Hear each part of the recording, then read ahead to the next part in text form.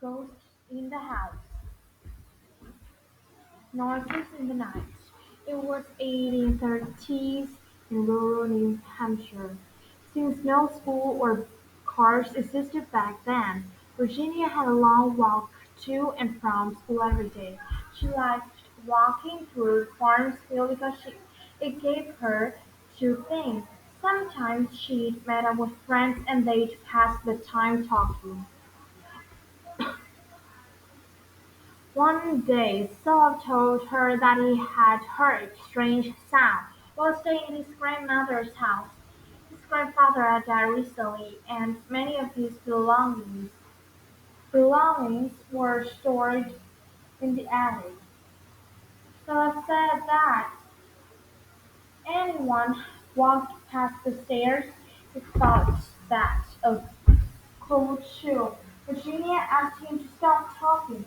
She was getting scared. She too lived in an old farmhouse with an attic.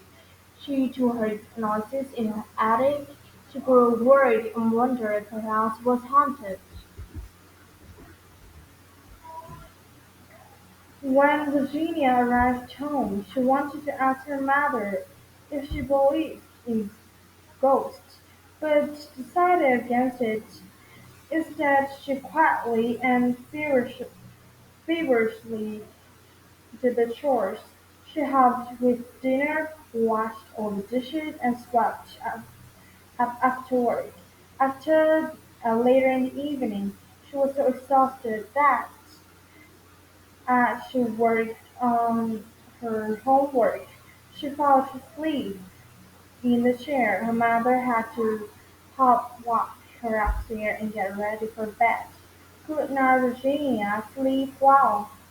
Virginia's mother kissed her daughter on the forehead and climbed under the quilt.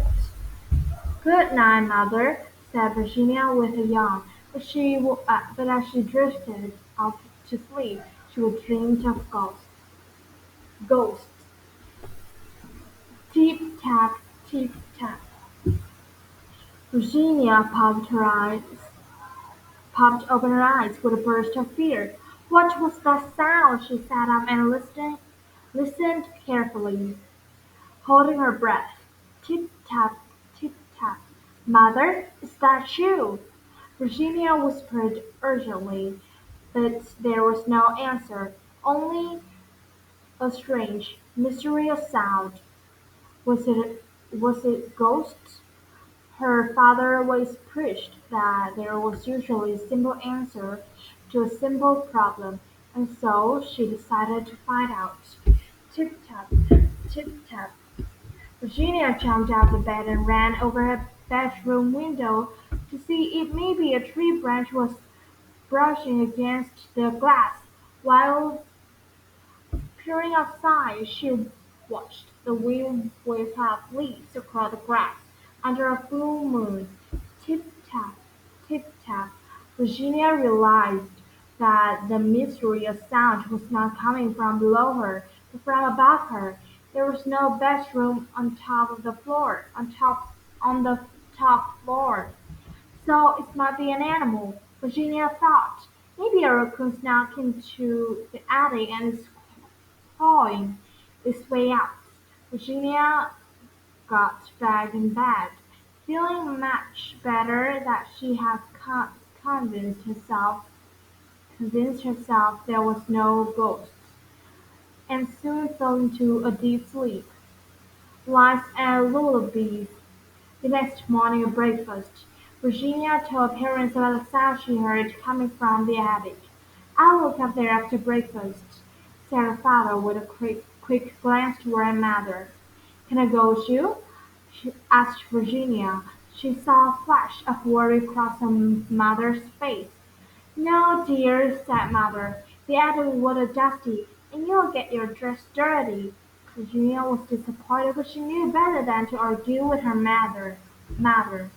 Later that day, Virginia helped her mother to hang bleach smoke behind the fireplace. "I thought we had one hand left," said Virginia with a confused look on her face. "What happened to it?" she asked. Her mother looked away without answering, which Virginia thought was strange. Her mother was often short with her but never ignored her. That evening at dinner Virginia asked her father about the animal in the attic. "Did you find anything?" Father shook his head and saying nothing. "Maybe a couple of squirrels got in there, but it's nothing to worry about." Virginia nodded and shared a glance between her parents. That night, Virginia lay in bed, waiting to fall asleep, but was having trouble because she was thinking about the missing hen. She wondered if the missing hen and the sounds in the attic were somehow connected. Had a giant raccoon somehow stolen her hen and dragged it upstairs? Then Virginia thought she had heard the sound, but she didn't hear voices. Virginia sat and listened, but she could not hear any words, only the murmur of a whisper. Someone, a woman, was singing very softly, perhaps a lullaby, but Virginia did not recognize the word or the melody. She heard from at school that ghosts made strange sounds, but could they sing too? Virginia got out of the bed and ran to her parents' room. "Mother! Father!" she called out. "There are people in the attic. I heard someone singing." "Hush, child!" scolded her mother. "You'll wake your baby sister."